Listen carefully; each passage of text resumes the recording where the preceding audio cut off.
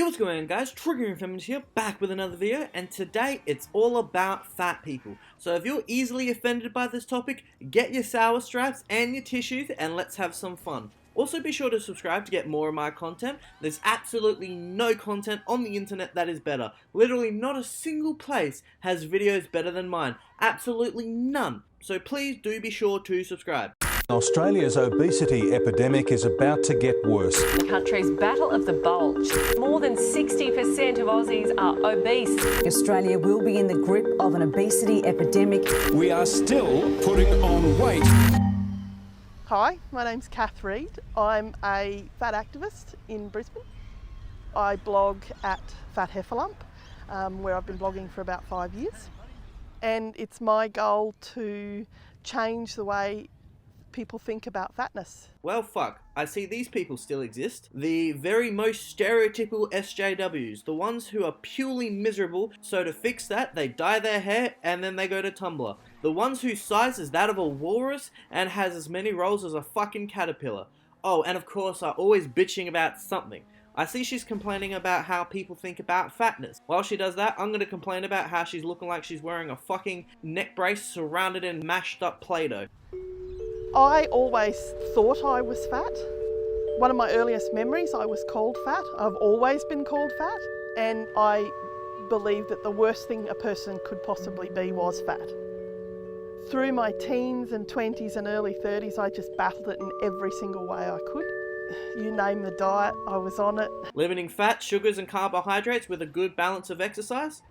Also, were you only on it for a few weeks or the length of your cankles in days? Because there's a huge difference between those two. Also, what do you mean you thought you were fat? Did you also used to think that gravity kept people on Earth and that Khloe Kardashian was the ugliest of the Kardashians? Glad you don't think those anymore. Those were clearly bullshit, you pink-haired, herpes-looking, sushi-shaped, melted cheese-faced, dildo-absorbing dipshit. Fuck me, I bet the only reason why you haven't eaten your fucking laptop yet is because it's an apple.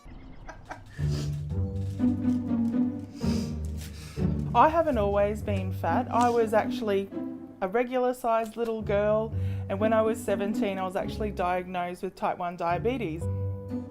Since then, taking insulin and treating my diabetes regularly, I slowly became fatter and fatter. When I began to gain weight, I was a little worried, my mother was a little worried, but as time went on, I became okay with being fat. Fat acceptance is the radical notion that fat people are human beings and deserve respect. No, you're confusing type 1 diabetes with type 2 diabetes. Type 2 diabetes are the fat ones. Or are you somehow both?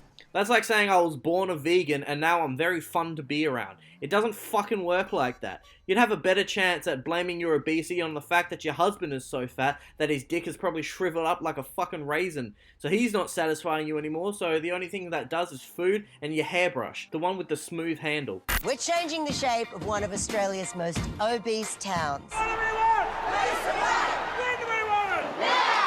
There seems to be a cultural obsession here, whether you're in Australia or the United States, with a thin body. Health at Every Size is a movement that is basically just encouraging people to adopt good health behaviors and to forget about weight as a goal or weight change as a goal, and instead just embrace the bodies that we're living in and make good health choices to support them. First thing, if the fat acceptance movement actually had a little more movement, this probably wouldn't be such a big issue. Also, there's no fucking way she's a doctor. Or at least she didn't get her doctorate from a place she'd be proud to put on her resume. If you make good health choices, as in a healthy diet and exercise, weight loss comes with it. If you literally don't eat your weight in Whoppers each week, and say you do 2 hours of exercise 3 days each week, you will lose weight. One causes the other, you are aware. If you're literally having to learn this from a dipshit on the internet, you cannot be a doctor of any fucking type.